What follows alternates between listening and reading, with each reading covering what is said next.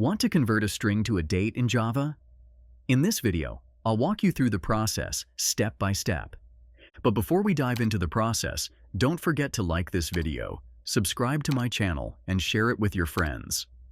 Alright, here I have a date value that's still in the form of a string. You can convert this into a date in two ways: by using parse method from SimpleDateFormat class and from DateTimeFormatter class. SimpleDateFormat is the older approach and has some drawbacks, especially when it comes to thread safety. That's why, in this example, we'll focus on the second method using DateTimeFormatter. First, we'll set up a DateTimeFormatter object to define the format for the conversion. I'll name this object Formatter. Use the of_pattern method from the DateTimeFormatter class here, and for the parameter, input the date format as a string. In this case, I'm using this format because it matches the dates format of our string. Also, make sure to import the necessary DateTimeFormatter class.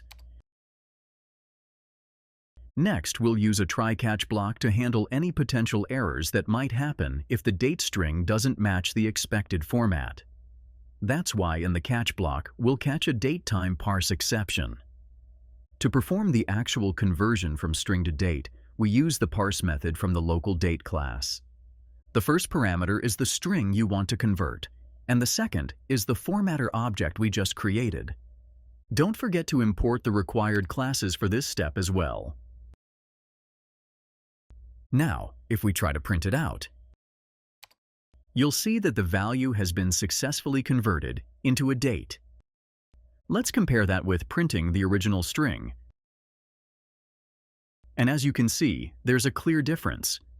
The first one is a proper date that you can further manipulate, while the second is still just a plain string. That's it.